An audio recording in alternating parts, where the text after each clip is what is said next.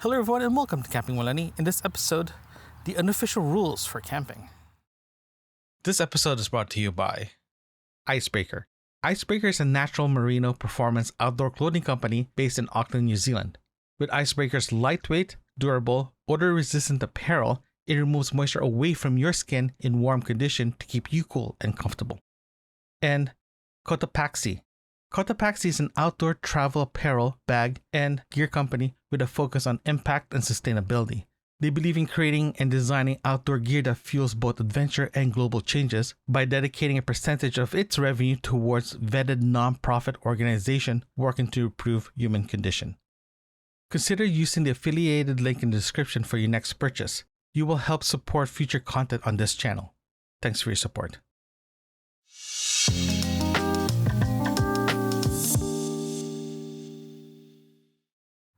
So you decide to go camping, and you've been bombarded with the official rules and regulations of camping, and the rules that you need to follow when you get there, what not to do, and all that good stuff. But today we're going to go through the unofficial rules that I and everyone else follows. And these rules are very simple, very straightforward. Some of them are very common sense, but they pertain to different types of camping, from everything from car camping to campsite tent camping, all the way to backcountry and RVing and van life, or you name it. It's the unofficial rules. So if you talk to all campers out there, they actually follow this. They have the same similar rules, that unofficial rules that they follow. So let's start. Number 1, keep your site clean and tidy. Pretty self-explanatory. So when you leave the campsite, or after you're packing your campsite, try to leave the campsite clean as possible. Pick up your garbage, toss your garbage. If you have unburned wood, put it aside so the person that's going to take the site after you will have extra wood that they can use, all that good stuff. So keeping your tent, your campsite clean as possible after you leave, it's a courtesy. It's a nice to do for the next camper, because you don't want to go to a campsite that's dirty and there's like garbage all over the place and you have to clean it up before you start setting up. It's just hassle. It takes away time from your enjoyment of camping, because you need to tidy it up because the person before you didn't tidy it up. But then you have the opportunity to clean up the site before someone else comes in, so they can enjoy the same benefits of having a clean site.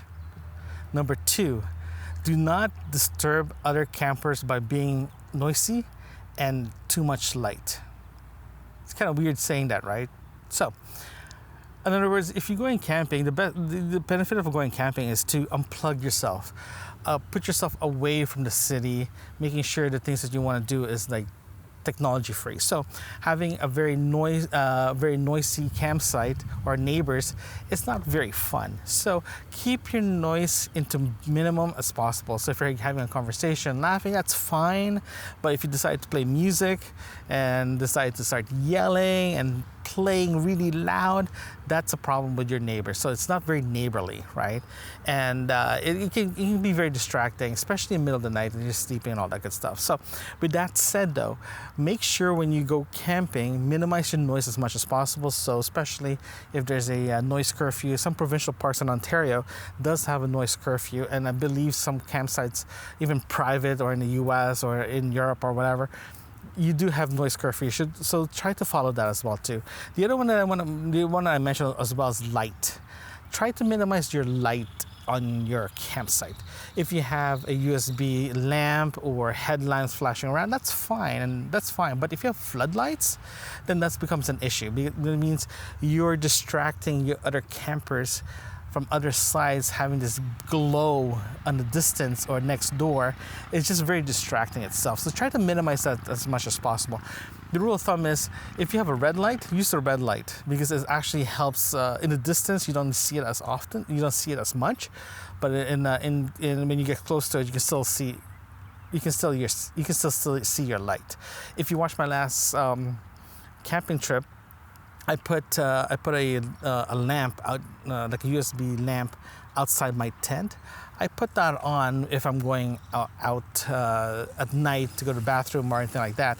But there is a red light setting just to keep it low as much as possible. So from this distance you can still see it, but at the same time it's not very distracting. Number 3, take care of your pets and keep them under control. I'm a pet lover. I have a cat. I love my cats. I love my animals. But at the same time, you have to keep them under control. I'm a big firm believer of bringing your pets to camping. I wish I could do that with my cats, but unfortunately I can't. But if you plan to bring your dog or your cat or any animals to the campsite, just make sure that they're aware that they can't bark. They can't be barking every day, every night, every hour, all night. You have to keep them under control itself. Also, you have to be aware as well too. This is actually goes to number 4 in the list itself. Respect the wildlife. If you bring your pets with you, please don't let them try to go run chase a raccoon or a squirrel or a chipmunk, or some places deer. So try to keep them under control. Respect the wildlife, so at least you keep them under control. So that's number 4. Respect your wildlife. So it intertwine each other. So make sure that that you keep your pets under control. Be one with nature. Let them run around, but at the same time keep them in check. So just be aware of that. Number 5. This can be very, what's the best way to describe this? It can be very controversial, but it is a very good rule to follow, is don't try to talk to your fellow campers while they're setting up. The reason why is this. If they're setting up and you're having a conversation with one of your fellow campers, and next thing you know, you're the camper that's talking to you. Okay, let me phrase this again. You're setting up. Let me start over again. You're setting up, and your neighbor's talking to you, right? And next thing you forgot to do something, your tent collapsed or whatever, you forgot to get something in your car, then now you're extending your setup, right? Because your neighbor's talking to you. So with that said, try to avoid talking to your neighbors while they're setting up, because there's a good chance that you're delaying their setup, and you will cause them to forget to do something while setting up, like forgot to put in their footprint, for example. Just put the tent on the ground, or they forgot to clean the site where the tent is, removing all the twigs and all that stuff. So try to avoid talking to them while they're setting up, because it's a friendly neighbor thing, and give them chance to set it up, have fun setting it up without another person try to distract them. Okay, that's number 5. Number 6, put out your campfire before you go to bed. That is a very, very important tip. Important unofficial rule. This is actually part of the official rules as well too, but I want to put this in part of the unofficial rules as well, because I've seen people go to bed, the flames in their campsite still going. Next thing you know, one of your neighbors sees something on fire, they're gonna come in, douse it. It's just a very big mess. Or the park rangers will come in, seeing what you're doing, douse the fire, then you're in trouble now. So keep that in mind. So if you are planning to have a campfire, be responsible. Make sure there's a pile of water beside you, or sand, or a fire extinguisher, just in case the fire goes out, it runs away from you. And before you go to bed, make sure there's no fire growing or anything like that, or going on, because the fire can grow overnight. Next thing you know, there's no way you can supervise that fire, and it's just going to cause a disaster. So make sure you put out your fire before you go to bed, so at least you know that you're safe, your neighbor's safe, and you're keeping the whole campsite safe as well. Number 7, do not wash your dishes in the bathroom or in a common water faucet. Please do not do that. The reason why is this. The bathrooms are for to use the bathrooms to do your business, not to do your dishes. Because if you do your dishes in the bathroom, for example, you're taking away a sink. You're taking away an area for people to do their thing. Right? So just don't do it. It's a bad courtesy. It's not even. You're not doing yourself a favor if you do that. It's like at home you're doing your dishes in the bathroom while someone's doing it. It doesn't make any sense. So please don't do that. The other one as well, do not do your dishes in the common faucet. So in the provincial park in Ontario, you do have potable water in the faucet in every 4 or 5 tent sites. That's there for you to grab water, bring it back to your site to do your pots and pans or to cook with or whatever. It's a potable water, right? So don't bring your dishes there so you can do your dish. Don't bring your dirty dishes there so you can wash it there, because again, you're contaminating that site. You're contaminating it with food particles. Now you have ants, you have wildlife going there. Now people can't use it to get some water. So please don't do your dishes in the bathroom and in the potable water stations, okay? Number 8. This happens to me a couple of times already and it drives me crazy. Do not cut through someone else's campsite. Please don't do that. So this is how it works. You have your site. You have your beautiful site you set up. Now you have you're relaxing, you're having dinner, you're having lunch, you're playing cards, but now your neighbor just passed through in the middle of your site because they want to go to the beach, for example, or to the bathroom or to the faucet. It's not good. It's not good. It feels like someone's going into your personal space. You know, it's not very good. Don't do it. If you see someone doing it, tell them don't go through my site. It's not very polite. So please don't do that, because it's not very good. It's not very courteous. It's not courteous. Just don't do it. Number 9. Do not leave machineries running. So that means don't leave your generator running all day, all night. Don't let your air conditioner run all day, all night. Don't let music play all day, all night. Anything that makes noise constantly that reminds them of the city, don't do it. If you're going to use it sparingly. There are designated sites that you can use generators and air conditioning just to make your camping experience better. Don't do it though. Don't continually running it. Just imagine you're sleeping and some guy's lawnmower is running all day, all night. Just imagine that. It's not very nice. It's not very courteous.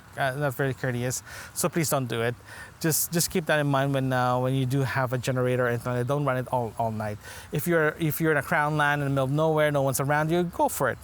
But if you're in a campsite, don't do it, because it's just very distracting, and you're taking away peace and tranquility away from your neighbor while they're camping. Number 10, check for firewood rules. That's the key here, rules.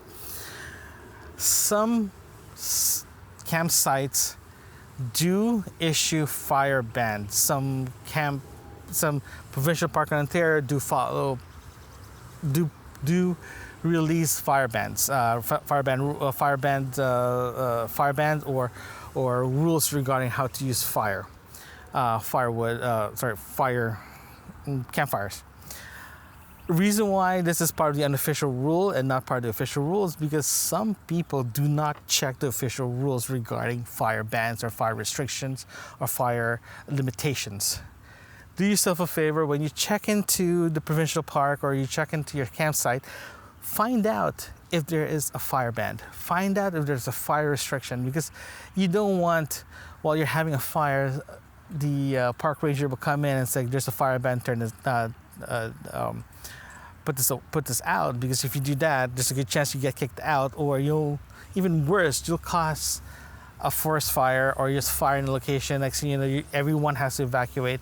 Now your neighbors are gonna be mad and all that good stuff. So just do yourself a favor. Ask when you check in if there is a fire ban. Check, always check. Sometimes you don't issue the fire ban until you check in, right? So just keep that in mind. The park rangers or the park wardens and rangers are very good about telling people there's a fire ban starting tomorrow if you're already camping. So just follow those rules. Ask. Don't forget to ask. Ask is good. Okay. The reason why there's unofficial rules out there, because if you end up listing all the rules of camping, your list is going to be so long, it's just ridiculous. So what they do is they provide you the most common rules that you can and cannot do in a campsite, but there's professional courtesy of camping rules that you need to follow. That is the unofficial rules. So talk to your friends, talk to your family, talk to your buddies to see if they have rules that they follow when they go camping for the first time, especially when you're going out for the first time. Make sure you're aware that unofficial rules will be a lot easier. Your camping experience will be a lot better. Just do yourself a favor, find out those unofficial rules. Thanks for joining me, and I'll see you guys next time here at Camping with Lenny. Thanks for listening. If you like what you're hearing, consider supporting this podcast by buying me a cup of coffee, link in the description. You can also visit campingwithlenny.com. There you can find other episodes and links that can help you on your next camping adventures. Thanks again.